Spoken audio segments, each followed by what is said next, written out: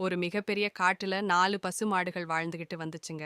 அந்த 4 மாடுகளும் ரொம்ப நண்பர்களா இருந்தாங்க. அவங்க எப்பவும் ஒரே இடத்துல தான் இருப்பாங்க. அதனால அவங்களுக்கு எந்த ஆபத்தும் வரவே இல்ல.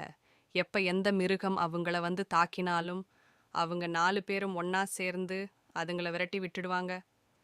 அந்த பசு மாடுகளை சாப்பிடணும்னு ஒரு புலி ரொம்ப நாளா காத்துக்கிட்டு இருந்துச்சு.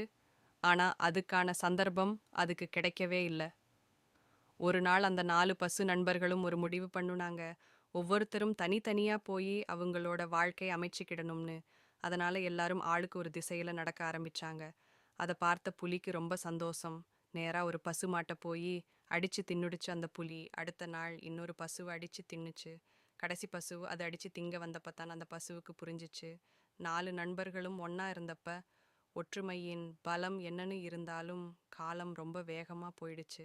அதோட எல்லா நண்பர்களையும் தின்ன அந்த புலி கடைசியா அந்த பசுவையும் வேட்டையாடி தின்னுடுச்சு நீதி. ஒற்றுமையே பலமாம். Please like, share and subscribe our channel friends.